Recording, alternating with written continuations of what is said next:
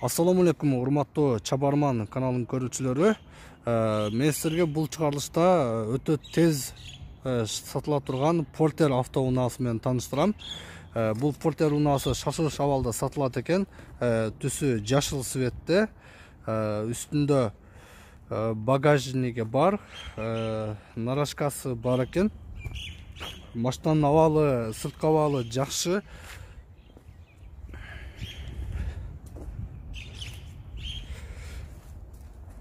Мен жанымда машинанын эси дагы турат. Ассаламу алейкум. Машинанын жылы канча ака? Жылы 2002. Машинанын жылы 2002. Объему? 2.6. Объему 2.6 экен.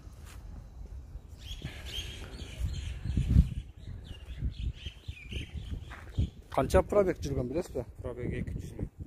200 миң километр пробег жүргөн. Негизинен абалы жакшы, көп мындай жүккө иштеген эмес, Жок, иштеген эмес, свежий келген бойдон турат. Свежий келген бойдон турат, Урматтуу көрүүчүлөр, мына көрдүңүздөр, жашыл светте, мына айтканда сырткы абалы аябай эле жакшы. Кузовдо дагы эч кандай бир иши жок экен. Мен азыр силерге ички абалын көрсөтүп берейин. Баасыны канча деп кызыгып аткан болсоңуздар, баасын дагы азыр сурайбыз. Машинанын ички абалы дагы, салону дагы аябай эле жакшы. Артында кичинекей спальни бар экен.